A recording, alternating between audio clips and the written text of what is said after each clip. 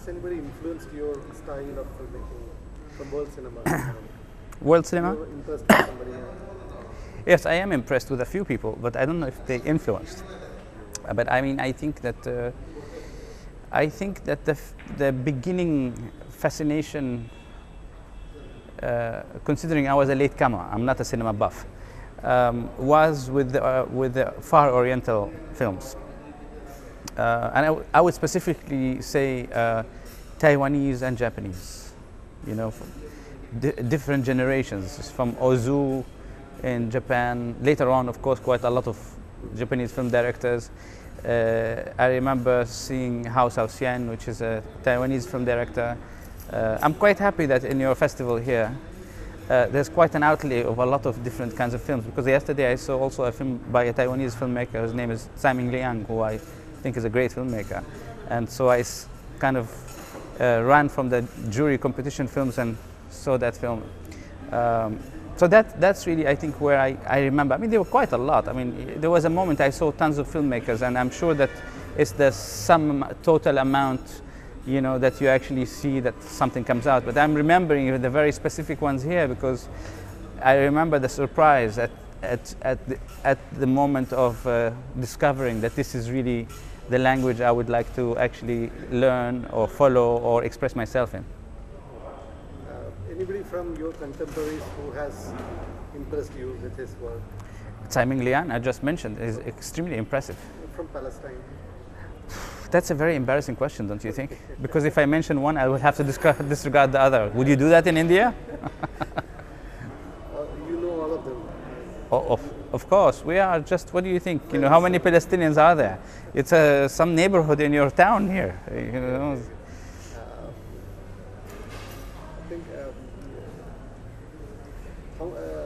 What about after Chronicles of Disappearance? I mean, I've done Divine Intervention in 2002. Okay, the journey after the first film. Yes. Your growth and your, you know. My getting old, not growth only. How has the experience and living in Palestine helped you? Well, first of all, living in Palestine, we have to say I don't live in Palestine. I spend quite a lot of time in Palestine. I mean, yearly, I spend a few months, you know. So part of the year I am in Palestine, but now I live in Paris, and I must say it's quite comfortable to do that, you know, because living in Palestine is not the easiest thing in the world. So I happen to be one of the privileged one who managed to actually, you know, be able to sustain myself from making films and live elsewhere rather than, you know, having to live in Israel or Palestine, which is, let's say, to my taste, is not exactly the way I would like to conduct my daily life. It's quite unnerving to actually live in the reality of Palestine. So, so even to say I've written my scripts, like the script for Divine Intervention, actually that's how I started to consider Paris for living. I would say living because I wouldn't say living because I'm based in Paris. I mean, the thing is I travel so much that Paris means also my apartment, actually. It's just basically landing from the plane and going to that place where I don't leave the house for a long time. That's really what Paris means a lot to me. But also Paris means because it's the place where it gave me a lot of support, financial plus exposure.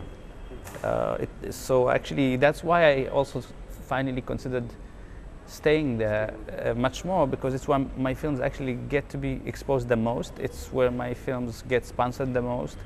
And I think it's for other filmmakers as well, you know. It's the one place, even though it's a difficult moment now for everywhere, but it's the one place that still releases films that are not commercial, that are artistic, and insists somehow on doing that. I mean, there's a strong culture of cinema in France, which is quite comforting, you know, and consoling in the abominable world we live in today.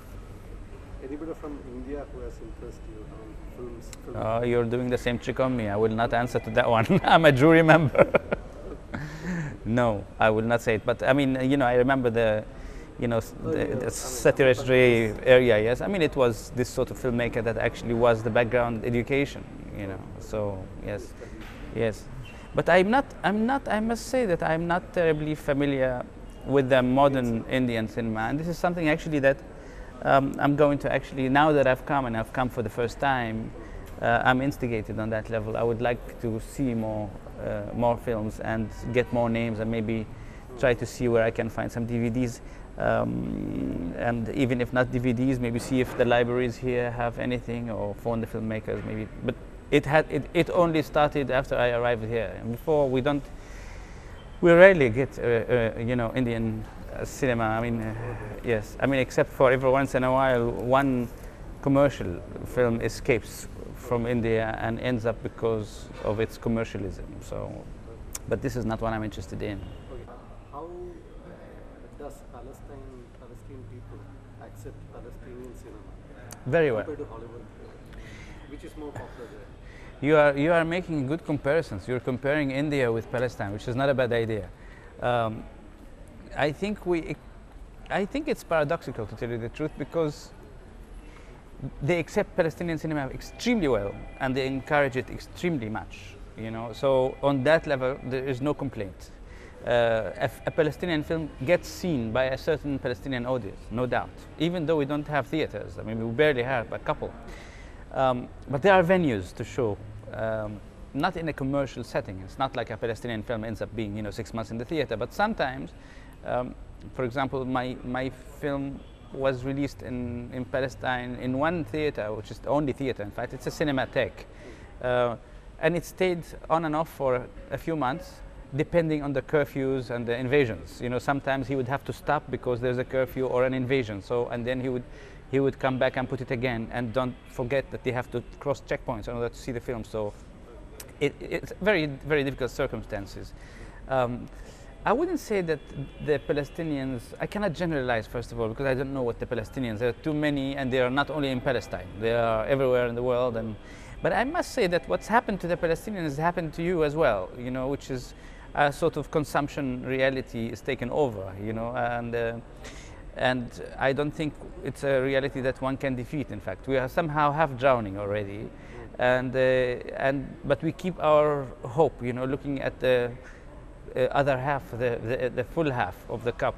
But what happened to other cultures happened to the Palestinians. They go to the DVD stores and they get pirated, you know, new releases from Hollywood. I mean, they do the same sort of thing. They consume, in fact, the American, you know, trash, you know, just like many cultures. Oh yes, I mean here you have even better. You have invented a genre for which I rather find very fascinating. It's not exactly a genre that disinterests me.